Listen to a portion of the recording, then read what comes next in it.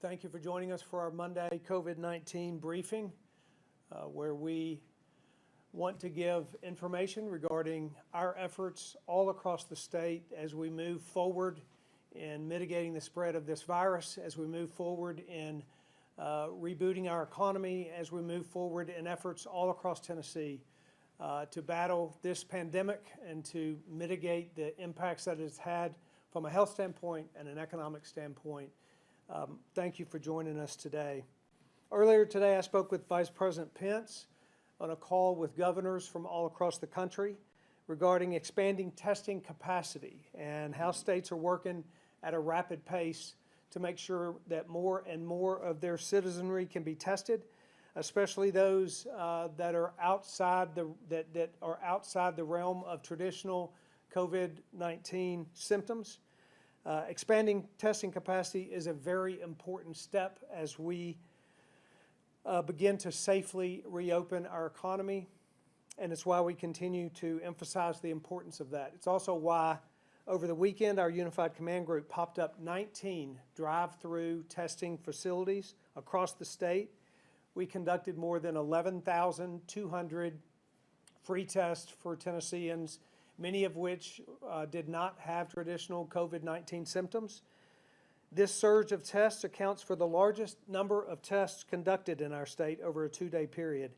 In total, we've conducted over 100,000 tests statewide so far in Tennessee. I want to thank the local health departments that were so important and continue to be so important.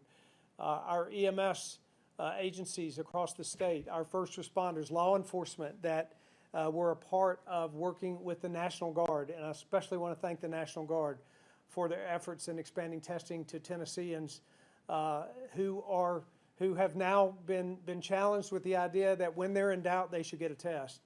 I was actually at one of those testing facilities this weekend, and it was inspiring to watch.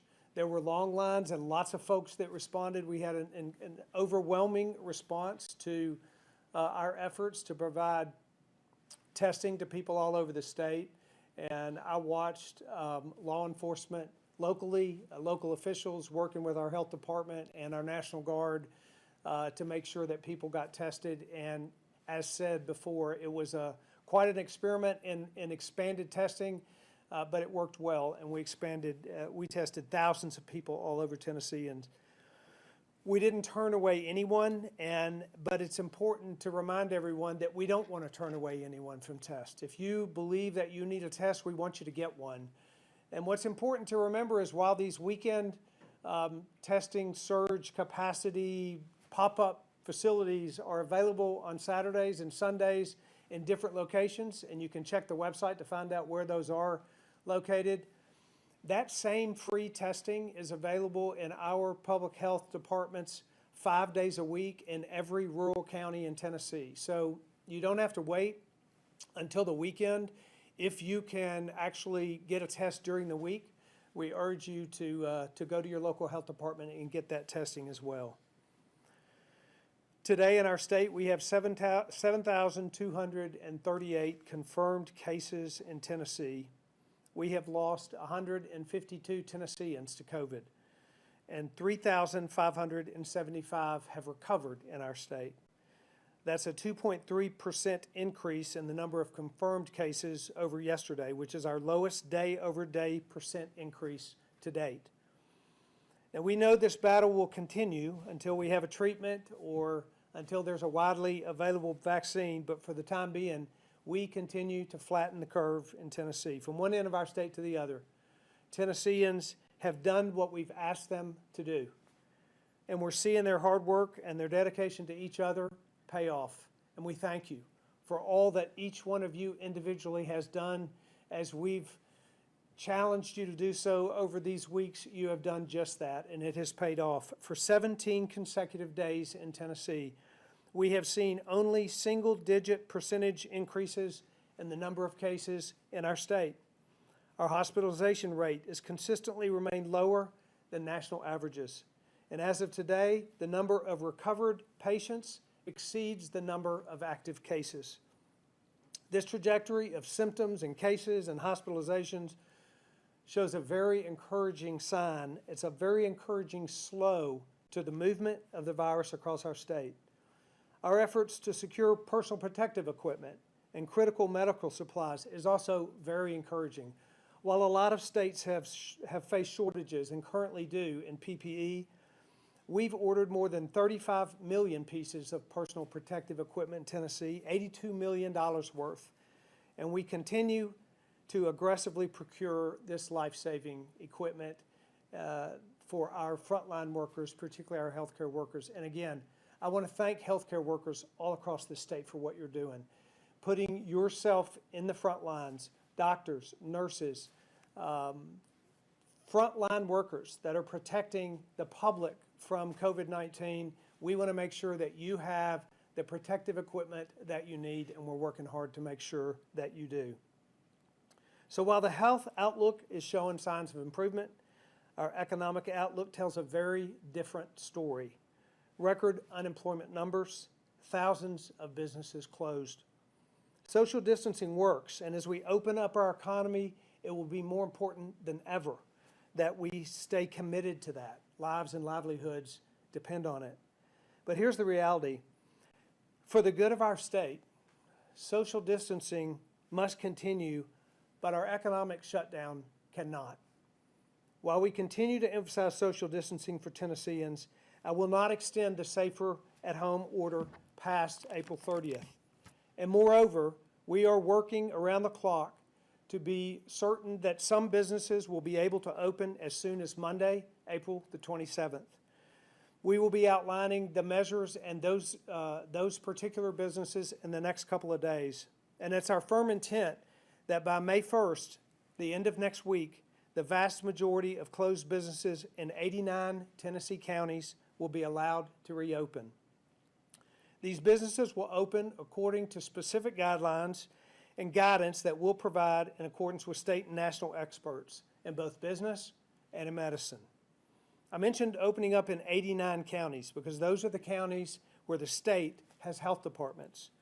Each of these counties will be covered under our forthcoming guidance, and we'll be communicating with them directly about our plans to reopen the economy. For the businesses in our remaining counties, the 6 Tennessee counties with their own health departments, we'll continue to work with them as they develop their own plans to reopen. These counties are Shelby, Madison, Davidson, Hamilton, Knox, and Sullivan, and we want to be supportive and cooperative in working with them to develop their own plans. I'm not extending the order past the end of April, but we're working directly with our major metropolitan areas to ensure that they are in a position to safely reopen as soon and as safely as possible as well. I want to talk a bit about our economic recovery group. It's 30 leaders from the public and the private sector that are working around the clock to create this guidance to assist businesses in a safe reopening in our state. The industry representatives participating in this economic recovery group represent 140,000 Tennessee businesses, and they employ 2.5 million Tennessee workers. I want to thank those who are a part of this economic recovery group, these industry leaders across the state. They genuinely and literally are working every day, day and night to make sure that we can get the measures needed to provide for businesses so they can begin opening next week and on into May. The ERG is engaging directly with the business community to develop a Tennessee-specific plan for revamping our economy here in Tennessee. Our small businesses have suffered tremendously through this COVID-19 pandemic, and I've instructed Commissioner Ezell to work quickly with this business community so that we can reboot our economy beginning in April and extending into May. Now, as we work toward a phased reopen, I've instructed also our state parks to begin reopening this Friday. There will be further details announced regarding what parks will reopen, but we look forward to offering Tennesseans the chance, again, to get out and enjoy the outdoors in the spaces of our state parks beginning this week. Many of our efforts to fight COVID-19 have been outward-facing, but we have been hard at work to protect vulnerable populations as well, including inmates within our correction system. I've asked Commissioner Tony Parker to join me today to offer a brief report regarding the efforts in our state prisons. Tony?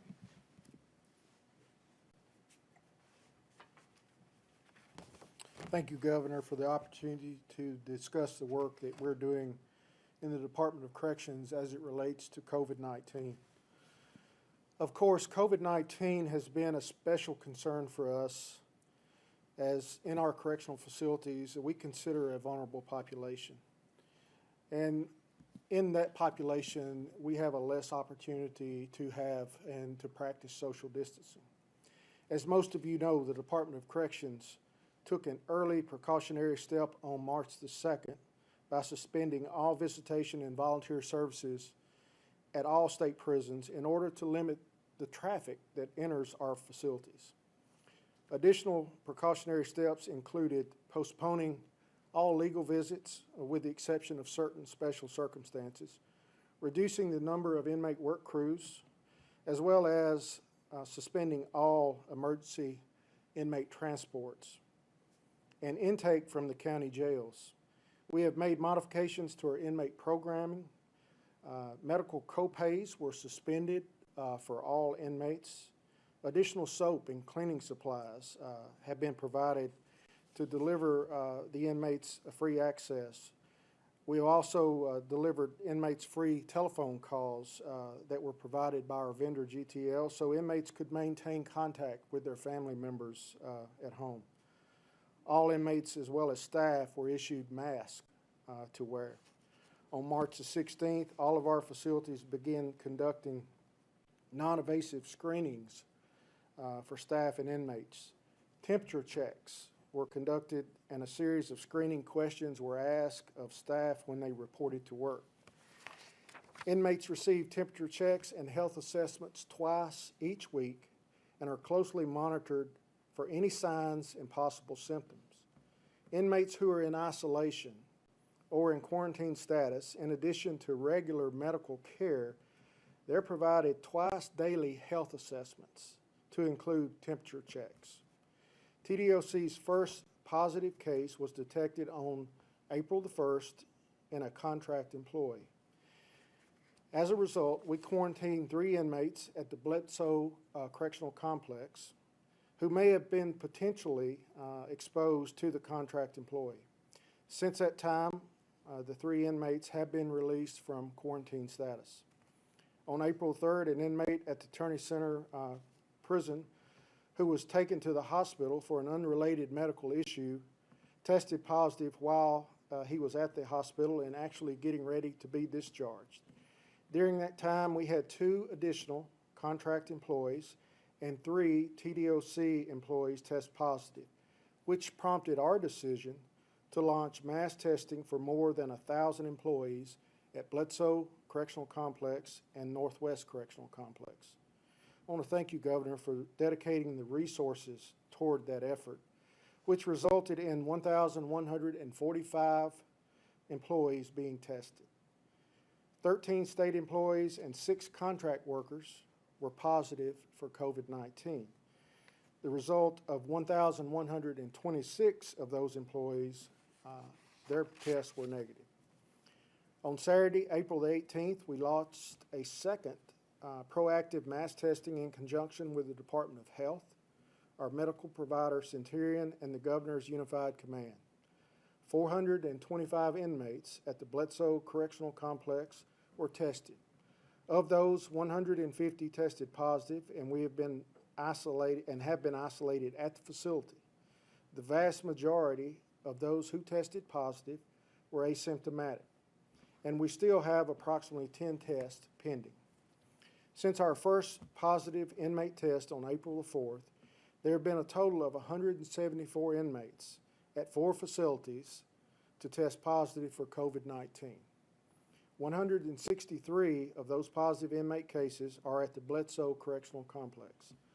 5 tested positive at Turney Center Industrial Complex, and at Northwest Correctional Complex, 5 inmates tested positive, with 1 testing positive at Trousdale Turner. Although recently I've just been advised that we have 1 additional positive case at Trousdale Turner to report. Late yesterday afternoon, we launched our third round of mass testing of inmates at 3 facilities as a result of aggressive contact tracing and out of an abundance of caution. TDOC, in conjunction with our medical vendor and the Unified Command Group, implemented a plan to expand testing for approximately 3,100 additional inmates at the Bledsoe County Correctional Complex, the Northwest Correctional Complex, and the Turney Center Industrial Complex. We will also test all employees at the Turney Center Industrial Complex. The decision to expand testing is based on the positive returns we saw at the Bledsoe facility, as well as extensive contact tracing from Northwest and Turney Center. Finally, I want to thank the employees of the Department of Corrections, as well as the employees of our medical provider, for their hard work and their dedication to the mission of the Department of Corrections. I also want to thank the inmate population who has been especially cooperative in their efforts to maintain a high level of sanitation within our facilities, their help in making masks and gowns that have been used across the state, and for adhering to the necessary adjustments that we have all had to make while battling this invisible enemy. I want to thank the community for their support of our officers and the frontline staff all across Tennessee. I'll be happy to take any questions at the appropriate time. Thank you, Governor. Thank you, Commissioner Parker. Dr. Piercy, you want to give a health update, please? Thank you, sir. Good afternoon. Many of my points today are restatements of what the two previous gentlemen have said, so I'll just hit the highlights. Out of our 7,238 cases, we have had 3,575 recovered. The reason that that is important is for the first time, the number of recovered cases exceeds the number of active cases. Essentially, that means there are more people that have gotten over the disease that are now getting infected. That's very encouraging, and we're really glad to see that. That means our physical and social distancing efforts have worked, and so we need to keep them up. We do also know that the 2.3% increase of day over day is our lowest ever, which means that now that we've had 17 days worth, it's probably safe now from a medical standpoint to start relaxing that a little bit. So those numbers are important for everyone to make note of. Other numbers that are important that we're really proud of, as the governor mentioned, more than 11,000 tests were done just on Saturday and Sunday through our sites across the state. We had 33 sites. Several of those, the majority of those were the pop-up drive-through sites that were the key success was through the National Guard, as well as we also had some brick and mortar sites available. The thing to remember here is that, as the governor mentioned, our brick and mortar health department sites are doing free testing every day, every weekday, and you don't have to wait in your car and you don't have to wait in line. So I encourage you, if you think you need a test, don't wait until Saturday or Sunday. Go ahead and go to your health department now. Speaking of the coming weekend, we will have additional sites, new sites, different than the ones we had this week, and that list will be available soon, so keep an eye out for that. As Commissioner Parker said, he and I have worked very closely together along with the rest of Unified Command, as well as his medical vendor Centurion, over all of the mass testing that's taking place. There is about 3,600. There are about 3,600 tests that are going to be ready in the coming days. That is a combination of the mass testing at Bledsoe, as well as Northwest and Turney unit-based testing and staff testing at the Turney complex. Just wanted to give you a heads up on what to expect on those numbers. So the Tennessee Department of Corrections lab vendor for their medical provider is out of state, and so that reporting might be a bit delayed. You will notice that if you look at today's case count, the Bledsoe County count still only has 10 positives. That's because it has not yet been recorded in those numbers, what we've already been told verbally about those results. Likewise, many of the results from that additional 36 or 3,700 tests that are going to be coming in later this week It will take several days to get that posted on our daily case count, so I just wanted to let you know what to expect there. Finally, I do have a report or an update on our nursing home data report. You may have seen that the Center for Medicare and Medicaid, what we call CMS, did come out in the last day or so with a federal mandate for nursing homes to be required to report a positive case in their facility to residents and families. We see that as a very good thing and causing facilities to take responsibility for those notifications to families and residents. Not sure yet on the time frame or the exact details, but that was announced in the last 24 hours. I'm also letting you know today that on Wednesday of this week, you will be getting a nursing home report, or a long-term care facility report, I should say, that in addition to the list of facilities that we put out every Friday, we will now start reporting the number of cases and the number of deaths combined for residents and staff in each of those facilities. Also in that nursing home report on Wednesday, we will be giving an overview of the process, just so you can get a better look at what we do when we identify an outbreak in one of these healthcare facilities. That'll conclude my reports for today, and I'm happy to take questions. Thank you, Dr. Piercy. We will take questions, but before we do, let me just say, this briefing provides a lot of encouraging information. The numbers are in the right place. They're headed in the right direction and continue to do so. We see the opportunity to open up state parks and to begin to open businesses and to reboot our economy beginning next week and into May. Those are all very encouraging, and we're all very grateful for the work that has been done, particularly the work that you have done individually to do what you are asked to make sure that we found ourselves in this position. That being said, it is more true than ever today that our efforts in social distancing are important. They are important so that we can in fact open businesses and in fact open the next phase and begin to move out safely into the community. But the only way to do that is if Tennesseans remain committed to social distancing in whatever activity it is that you do and wherever it is that you go, in whatever workplace that you find yourself entering.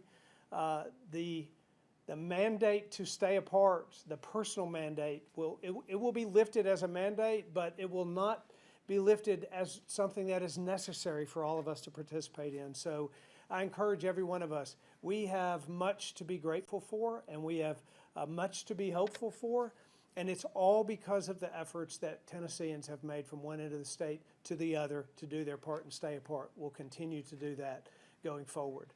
I'll be happy to answer questions. And remember, we have members of our Unified Command Group here. General Holmes is here from National Guard, for Department of Military, Department of Health, Department of Corrections. So lots of folks here to answer any questions you might have. Happy to take your questions.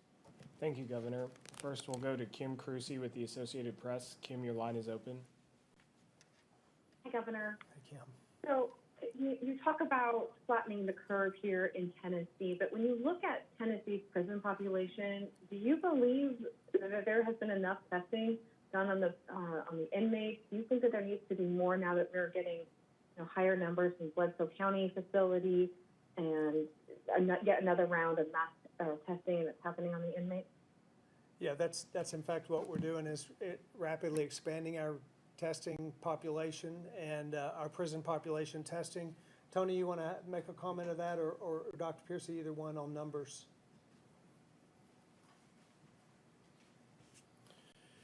So thanks for the question. I would just comment that we are aggressively looking at contact tracing across the Department of Corrections. We're spending a lot of resources and spending a lot of time in following up on these positive cases or even suspect cases. In many cases, we are what I've called proactively testing, in many cases, asymptomatic individuals in our facilities just because they may have lived in a unit where an individual who we know tested positive worked. So we are really, I think, taking an aggressive approach on that, and I would just say that we will continue to evaluate the results that we see in the days ahead. I know we have on tap for 3,100 tests to be conducted. We should get those results back within the next 4 to 5, 6 days, hopefully.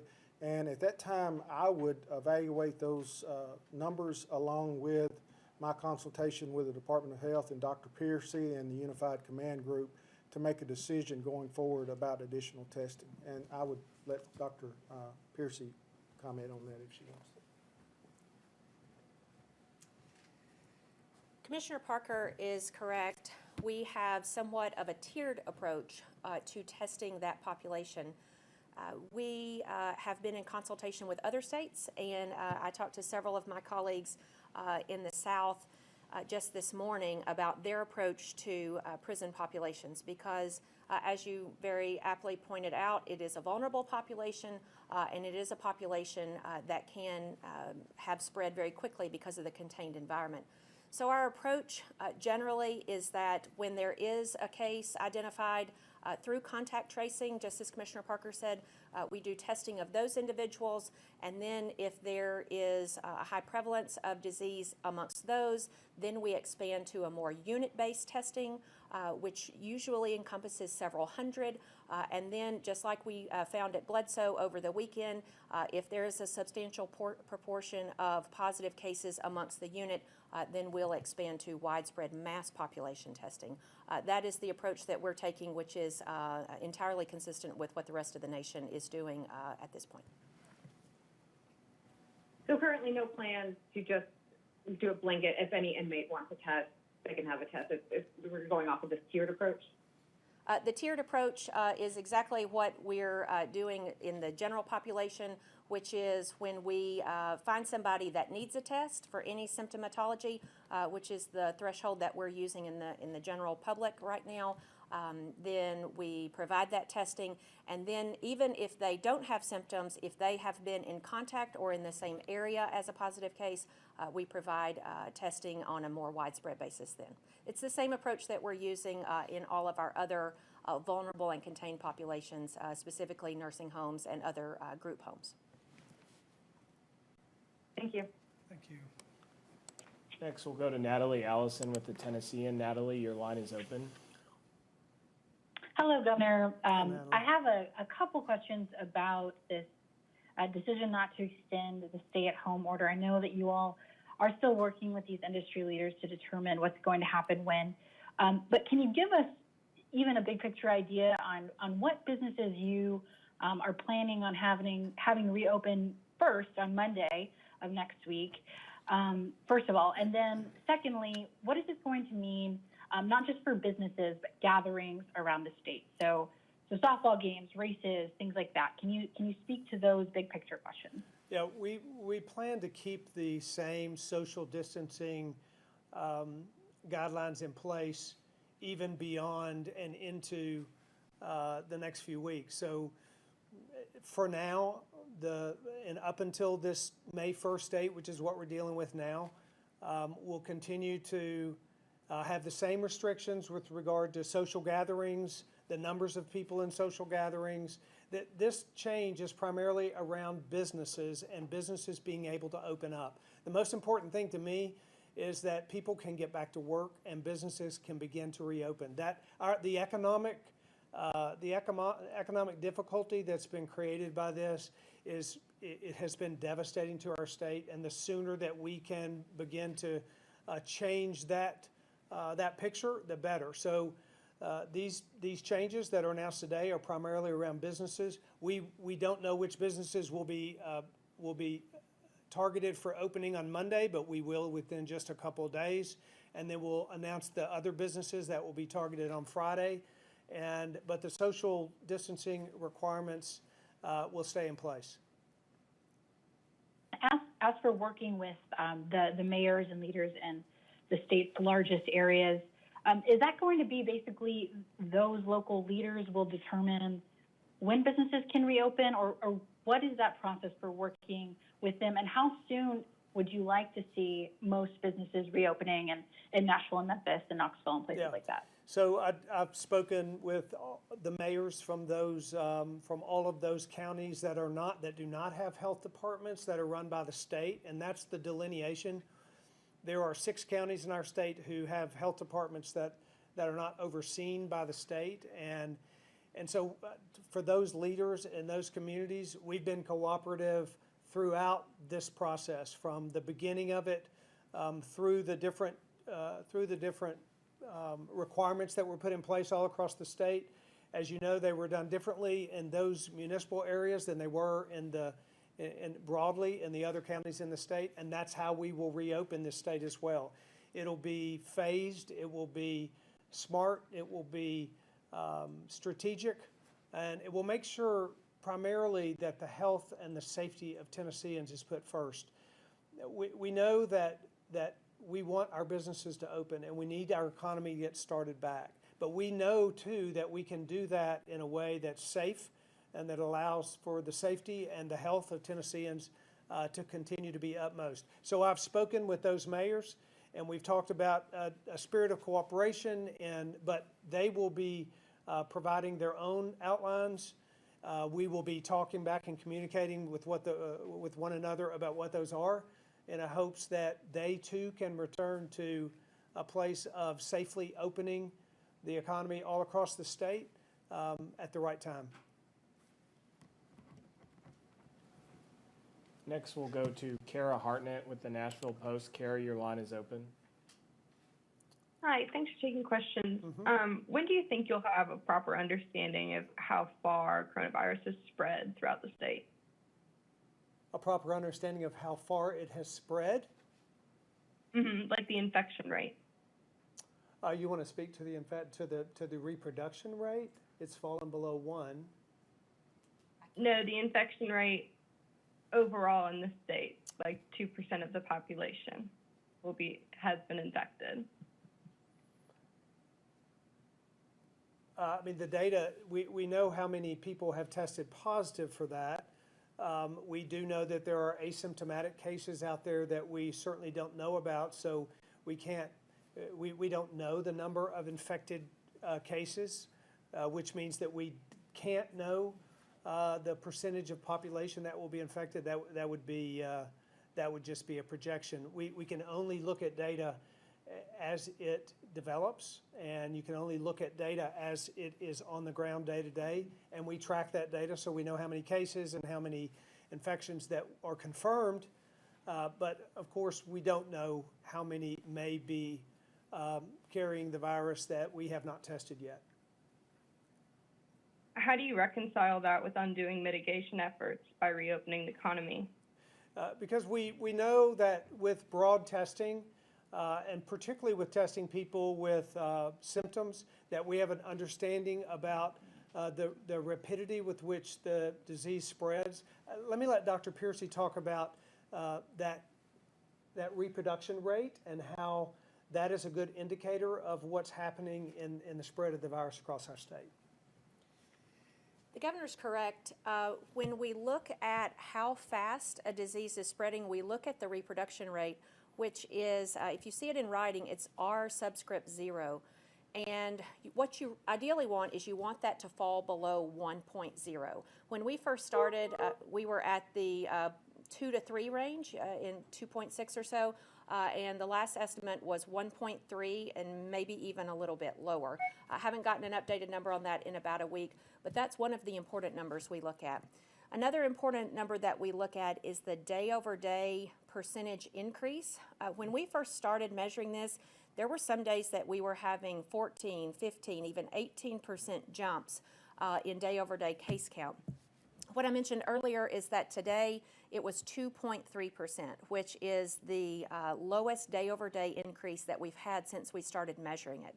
So I think what your question was is sort of when will we ever know how many Tennesseans, what percentage of Tennesseans have it? And you have to remember that it really is not practical to test every single person in the state on any one given day, because that just tells us that day snapshot. So the other indicators of the reproductive rate and the day-over-day percent increase are the two main variables that we watch. Well, I guess I'm wondering how you know those metrics are accurate if you don't know how it's spreading among asymptomatic patients. I think asymptomatic positivity is something that's very interesting in the field. We know that the elderly population has a higher asymptomatic rate. Quite frankly, we're learning that our prison population has a higher asymptomatic rate than we thought. That is helping us learn more. These are things that we wish we knew, and we learn more every day, but that's why they call it a novel coronavirus. It's brand new, and so we're gathering more science with each passing week. Next, we'll go to Sam Stockard with the Daily Memphian. Sam, your line is open. Yes, thanks, Governor. I appreciate your time. Yep. The Memphis Restaurant Association is requesting or preparing to request that you allow them to open at 50% capacity on May 1st and 100% capacity a month later or so. Is that something you can agree to? And are there other restrictions you're foreseeing for restaurants? In fact, some people have been saying these restaurant closings have even been unconstitutional. Can you answer those two or three things? Yeah, we're working with the Restaurant Association right now to develop that, those measures that are important for a restaurant to open safely. You talked specifically about Memphis, and that Shelby County will have their own requirements on their restaurants. They may be the same as ours. They may be a different timing than ours.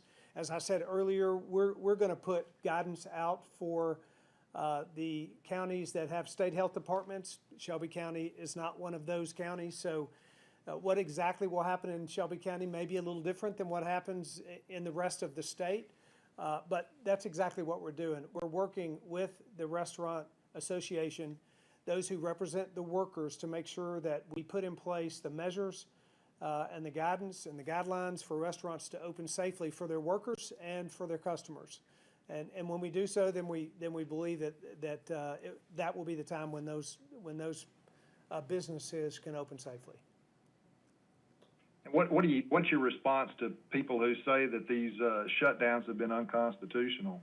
Yeah, well, what's most important is that these shutdowns occurred in order to save people's lives. And Tennesseans have done what Tennesseans needed to do, and that was to put in place the measures and to follow those measures to do just what was necessary to stop the spread of a deadly virus, and they've done that. And we certainly cannot entirely stop it, but to slow it to a point that we can manage that spread, have the capacity on our healthcare system to take care of it, and allow Tennesseans to operate and run their businesses at the same time. That's the goal, and I'm grateful that Tennesseans have done what they've done to get us to the place where we are, and we are encouraged to move forward. Thank you. Next, we'll go to Phil Williams with News Channel 5. Phil, your line is open. Good afternoon, Governor. Last week, you and Commissioner McWhorter told lawmakers that you were looking at constructing some backup facilities for hospitalizations, just in case when you reopen the economy, there's a surge and a need for more hospital beds. Is part of your message that we are going to have to accept a higher level of hospitalizations and maybe even deaths to keep the economy open? Well, the message is that we know that until there is a widespread vaccine, that COVID-19 will exist in the society out there.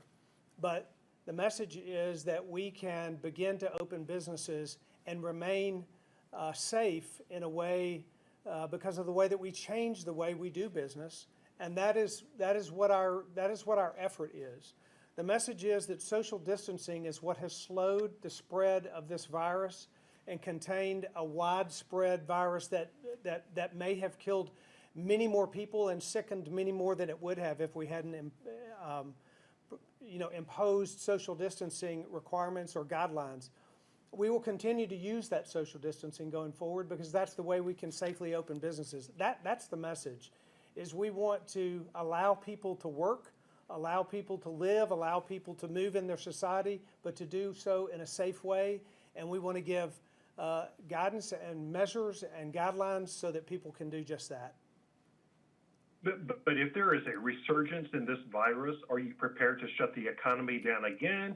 Or are we just going to have to accept that that's part of the new normal? Well, I think that we certainly know that, and we will actually, our strategy is to work with the local health departments in counties all across this state to monitor what's happening in an individual county. When there is a rise in cases that presents a particular level of danger in a county, then we'll work with that health department to make adjustments necessary in that region to make sure that we don't let the virus, develop to a range or to a place that causes a real problem for us. It's going to be really important, and that's why we'll continue to say that it's really important that Tennesseans continue to understand that this virus travels with contact, so social distancing is the way to be safe. And we know that Tennesseans can be safe and operate businesses at the same time. We believe that's going to happen, and we're planning for that. But we're also planning for should there be a rise in some region or in some county or in some spot, that we will respond to that accordingly. Thank you, Governor. Yes, sir. Next, we'll go to Ainsley Daniel with WJHL. Ainsley, your line is open. Hi, Governor Lee. Thank you for taking our questions again. Couple questions for you. The first one is, why are liquor stores considered essential as opposed to other businesses? Well, there are a lot of businesses that are essential that provide alcohol, that provide food, that provide goods and services. There are a whole number of businesses that are deemed essential. Let me just say this too. As we think about, we classify businesses as essential and non-essential. There's really no business in our state that is non-essential to the economy of Tennessee. That's one of the reasons why it is so important that we get our economy back on track. Small business owners who have created a business and that's been their livelihood, and it has been what they have built up to send their kids to college or to pay for their mortgage or their rent or the services. These are essential businesses to those people. And it's one of the reasons that we need so badly to make sure that we impose and continue to follow social distancing so we can be safe and allow those business owners to reopen those previously deemed non-essential but truly essential to the lives of Tennesseans. And there are a number of those businesses across the state, and we hope to open them as soon as possible and as many as possible, and do it in as safe a way as possible.